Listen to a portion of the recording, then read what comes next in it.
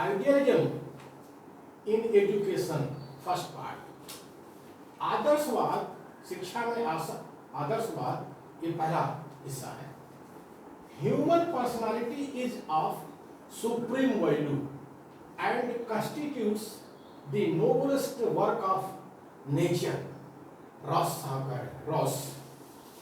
कह रहे हैं मानव व्यक्तित्व सर्वोच्च मूल्य रखता है और प्रकृति की शानदार रचना होती है। प्रकृति की शानदार रचना होती है। मानव व्यक्तित्व में ह्यूमन पर्सनालिटी सर्वोच्च, सुप्रीम, और नोबलेस्ट मीन्स शानदार। तो रॉस साहब कह रहे हैं मानव व्यक्तित्व सर्वोच्च मूल्य रखता है और प्रकृति की शानदार रचना होती है। प्रकृति की शानदार रचना होती है, ये रोज साहब का कहना है। हमारे तुलसीदास जी ने मानस में लिखा है, बड़े भाग मानुष तन पावा। बड़े भाग मानुष तन पावा मतलब जितने जीव जंतु हैं इस दुनिया के अंदर, उसमें जो मानव का जो व्यक्तित्व है, मानव का जो जन्म है, उसको सबसे अच्छा माना गया है, सबसे अच्छा माना गया है। यही जो है रोज साहब भी कह रहे हैं, यही जो है हमारे तुलसीदास जी ने मानस में कहा है कि बड़े भाग मानुष तन पावा, बड़े भाग मानुष तन पावा। सेकंड पार्ट है, second point, idealism shifts the emphasis from the natural or scientific facts of life to the spiritual aspects of human experiences। आदर्शवाद जीवन के प्राकृतिक अथवा वैज्ञानिक तथ्यों से ज्यादा आध्यात्मिक पहलू पर ज्यादा जोर देता है। आध्यात्मिक पहलू पर ज्यादा जोर देता है। सही मायने में देखा जाए तो ये आइडियलिज्म जो है, जिसको आदर्शवाद हम कह रहे हैं, ये आदर्शवाद नहीं है, ये एक तरह से देववाद है या ईश्वरवाद है। क्योंकि ये कह रहे हैं कि आदर्शवाद जीवन के प्राकृतिक अथवा वैज्ञानिक तथ्यों से ज्यादा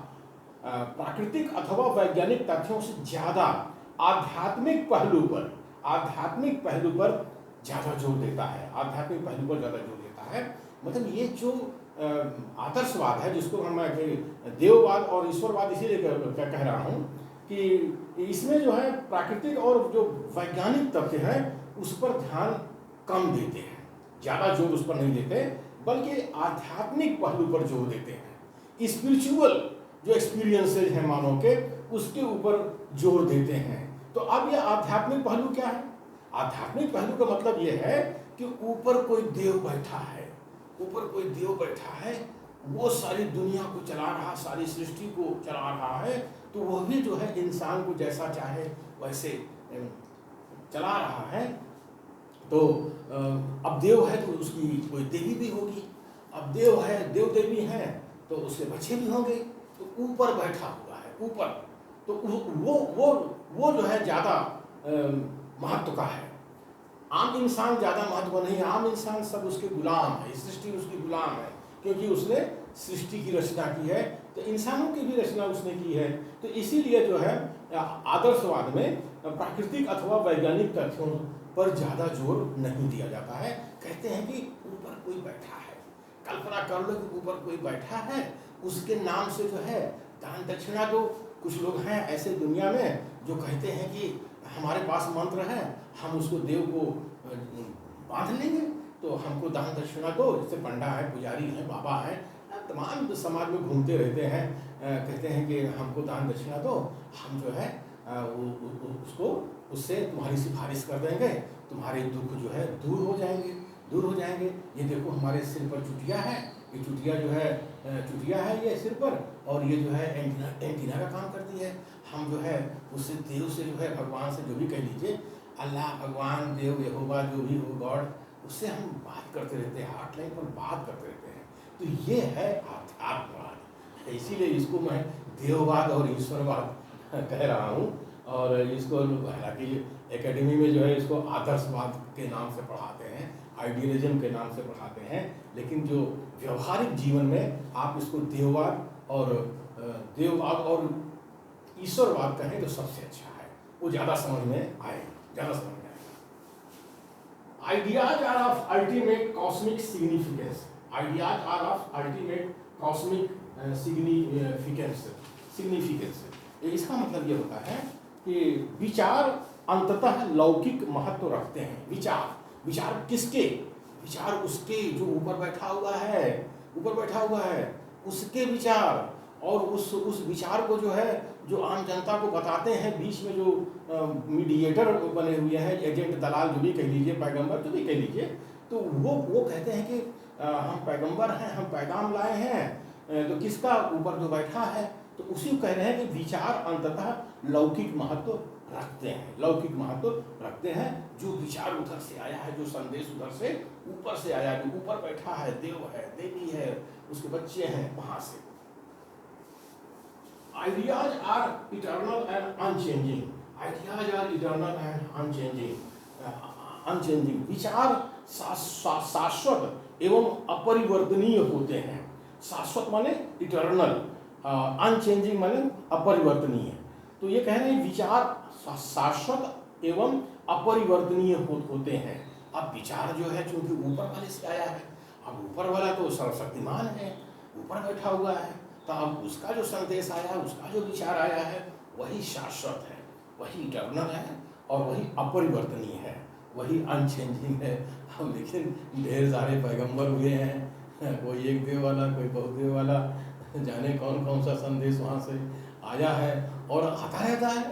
देश दुनिया में जो बाबा लोग घूमते रहते हैं, पंडा पुजारी घूमते रहते हैं, चमत्कार दिखाते रहते हैं। हमारे एक साईं बाबा थे, वो जो है लड्डू समोसा पता नहीं क्या क्या निकाल देते थे भक्तों को खिलाने के लिए। Knowledge is perceived and crystallized in mind. ज्ञान की अनुभूति मस्तिष्क में होती है। और ठोस रूप में होती है। मतलब ये कह रहे हैं कि नॉलेज वो है जो मस्तिष्क में जिसकी अनुभूति हो, वही नॉलेज है, वही ज्ञान है। और वो कहते हैं वो ठोस रूप में होती है। ठीक है, मस्तिष्क जिस चीज़ अनुभूति करता है, परसीव करता है, वही ज्ञान है। Things exist and have reality only when they are perceived by our mind. Things exist. चीज़ों का अस्तित्व होता है, चीज़ों का दुनिया का अस्तित्व होता है, और उनमें वास्तविकता होती है, और उनमें वास्तविकता भी होती है जब उनकी अनुभूति हमारे मस्तिष्क द्वारा होती है।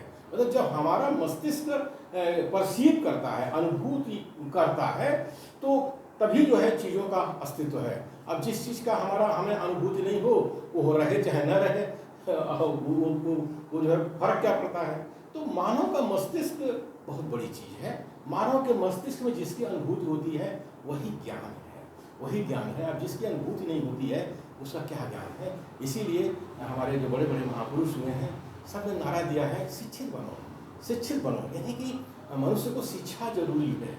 आज जो स्कूल, कॉलेज, यूनिवर्सिटीज खुले हैं, वो इसीलिए खुले हैं कि शिक्षित बनो, और वहीं से जो है वैज्ञानिक ज्ञान निकला है। लेकिन जो अध्यात्मवाद वाले हैं, ये कहते हैं कि वैज्ञानिक ज्ञान का उतना महत्व नहीं है। महत्व उसका है जो ऊपर बैठा है, और उसका जो संदेश है, वो जो बाबा लोग, पंडा पुजारी लोग लाते हैं, पैगंबर लोग आपको बताते हैं, उसका महत्व है। ये है आइडियलिज्म, और इसी को कहते हैं आदर्शवाद। सही मायने में ये क्या है? ये देववाद है और ईश्वरवाद है। देववाद और